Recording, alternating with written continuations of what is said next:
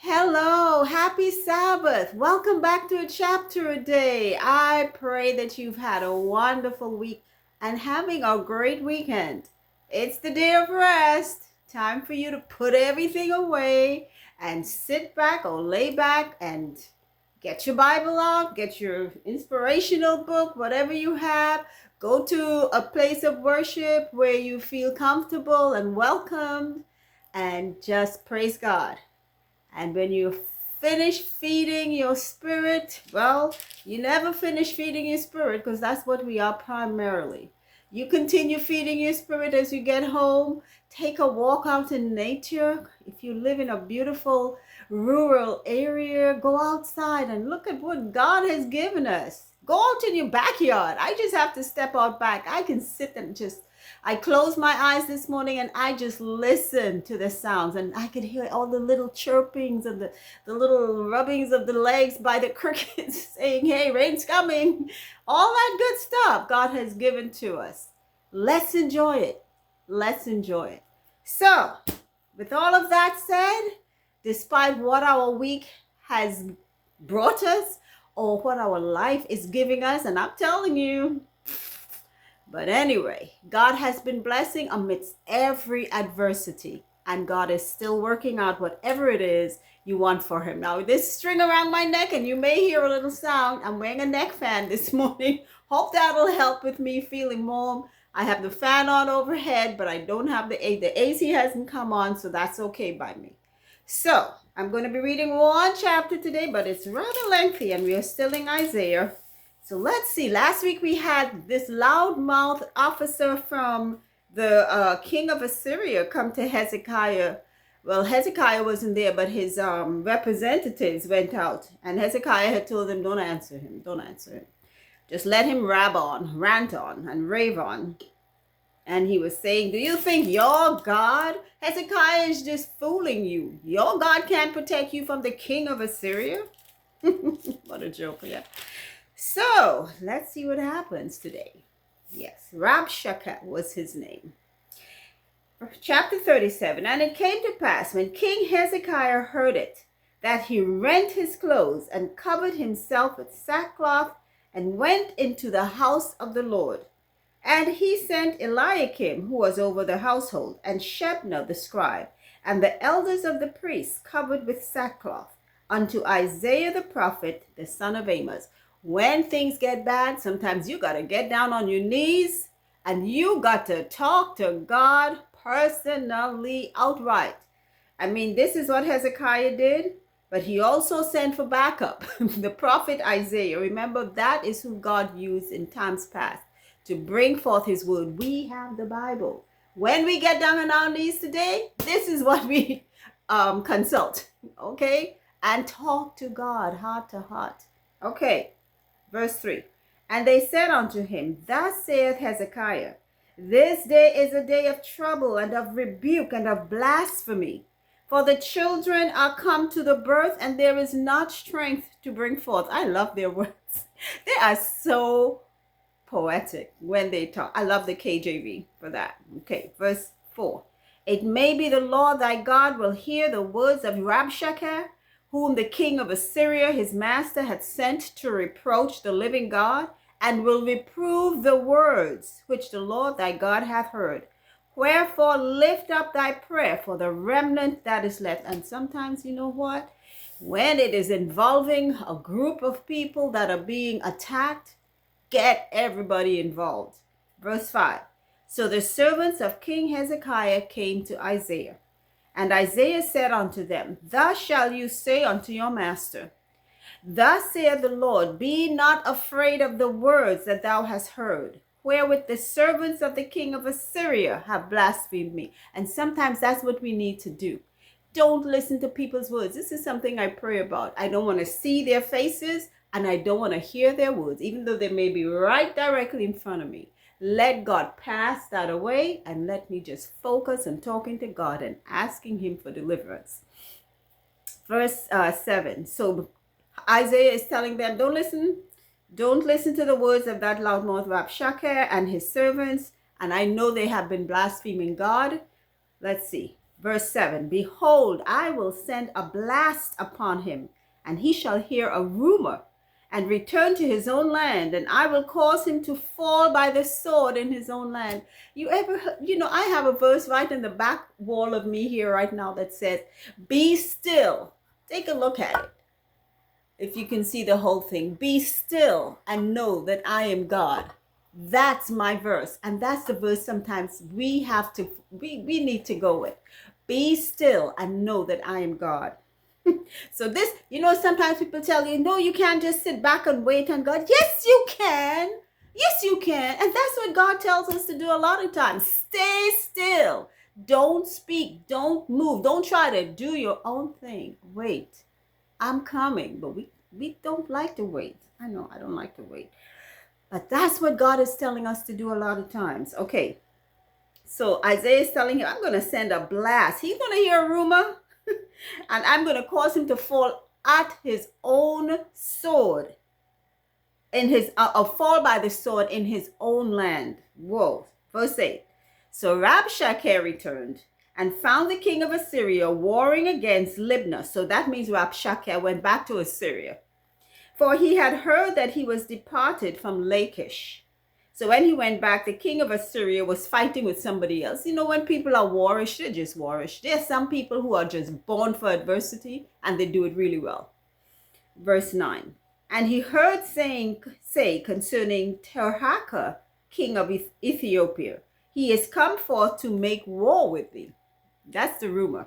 Okay. And when he heard it, he sent messengers to Hezekiah saying, thus shall you speak to Hezekiah, king of Judah, saying, let not thy God, in whom thou trustest, deceive thee, saying, Jerusalem shall not be given into the hand of the king of Assyria. Now I tell you something. When your enemies already see that you are conquering, they still try to intimidate you. Even when they see you are being delivered, they're still trying to bring you down. This is when we close our eyes and deafen our ears against the enemy, because that's what they're going to do. Try to intimidate us in order to defeat us. Okay. Something in my eye. Excuse me. Verse 11. Behold, thou hast heard what the kings of Assyria have done to all the land. And it's just being redundant. We heard you say that already. By destroying them utterly. And shall thou be delivered? Have the gods of the nations delivered them which my fathers have destroyed, as Gozan and Haran and Rezeph and the children of Eden, which were in Telassar? And they love to name call. Oh, look at all the things, look at all the people. Listen not. Verse 13. Where is the king of Hamath and the king of Arphad and the king of the city of Sepharvaim, Hena and Iva? You said that before. We heard you. Verse 14. And Hezekiah received the letter from the hand of the messengers and read it. And Hezekiah went up into the house of the Lord and spread it before the Lord. Oh my goodness, people, listen to me. Believers, we sometimes become so afraid that we forget that there is a God in heaven who delivers. We could never become so afraid that God is the last resort. Have mercy, Father, if I've ever done that. When we need deliverance, God should be first and foremost in our minds. There we go first before anyone else. This is what Hezekiah did. He took the letter from the loudmouth Rabshakeh, took it to God in the temple and spread it out. Lord, take it, not that God couldn't see it before. Lord, look at what I'm dealing with. This is what we have to do. Oh, brethren, be strong. Take it to God and wait and listen to God's voice. We need to drown out the voice of the enemy and listen to God. Okay, verse 16 and 15. And Hezekiah prayed unto the Lord, saying, O Lord of hosts, God of Israel, that dwellest between the cherubims, thou art the God, even thou alone. Say so of all the kingdoms of the earth. Thou hast made heaven and earth. Mercy. Bless the Lord, the only God. Verse 17, incline thine ear, O Lord, and hear. Open thine eyes, O Lord, and see, and hear all the words of Sennacherib, which hath sent to reproach the living God. Sennacherib is the name of the king of Assyria. Verse 18, of a truth, Lord, the kings of Assyria have laid waste all the nations and their countries, and have cast their gods into the fire. For there were no gods, but the work of men's hands, wood and stone. Therefore they have destroyed them. So they were playing with fake gods to start with and blaspheming the real God, thinking to themselves, he may be another little fake God. Oh no, they don't know who they deal with. We'll see. Verse 20. Now therefore, O Lord our God, save us from his hand, that all the kingdoms of the earth may know that thou art the Lord, even thou alone. And I'd say this. There were times in Israel's history when that king, whoever the king of Israel was, would not even be going before God, beseeching and begging. But Israel had sinned in committing idolatry and following the other nations. And God had stepped away and let the enemy come to defeat them. Now, there were times when kings would not have even dared to, I don't want to say mess with, but to try to go to war with the children of Israel, because they heard of how many conquerings the children of Israel had done against their enemies. But here now we have a king who is so afraid of the enemy, he is not even wanting to move forward. Kind of reminds me of Saul. Saul was one of those kings. I think the only one whom I can remember was cowering before the enemy Goliath, one big old man. And a little boy had to, a young boy had to go and confront Goliath. And you know what was the difference between that king and David, who conquered Goliath? Faith. That relationship with God. That is the difference between us and our enemies. And if we lose that, we're on their turf. And Satan will take us and sift us as wheat. Okay. Oh my goodness. Okay. Whew. Verse 21. Then Isaiah the son of Amos sent unto Hezekiah, saying, Thus saith the Lord God of Israel, whereas thou hast prayed to me against Sennacherib, king of Assyria, this is the word which the Lord hath spoken concerning him. The virgin, the daughter of Zion, hath despised thee, and laughed thee to scorn. The daughter of Jerusalem hath shaken her head at thee. Whom hast thou reproached and blasphemed?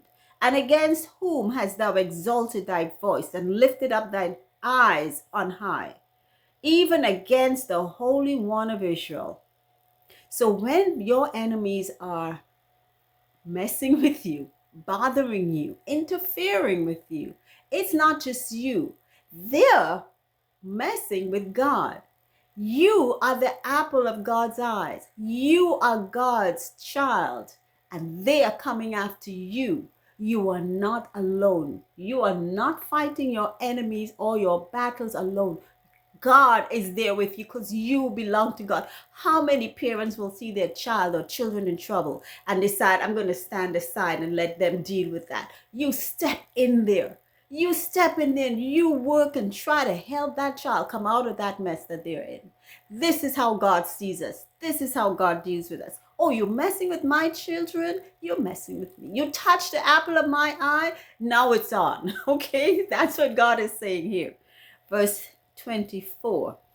By thy servants hast thou reproached the Lord, and hast said, by the multitude of my chariots am I come up to the height of the mountains, to the sides of Lebanon, and I will cut down the tall cedars thereof, and the choice fir trees thereof, and I will enter into the height of this border, and the forest of his Carmel. I have digged and drunk water, and with the sole of my feet have I dried up all the rivers of the besieged places.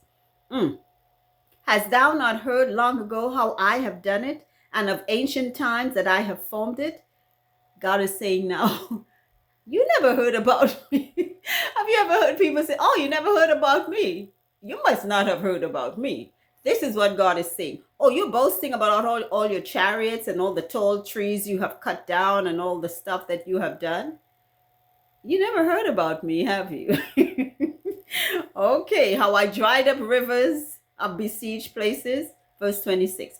Hast thou not heard long ago how I have done it, and of ancient times that I have formed it? Duh. All the cedar trees that you boast that you cut down and all that, who you think made those cedar trees to start with?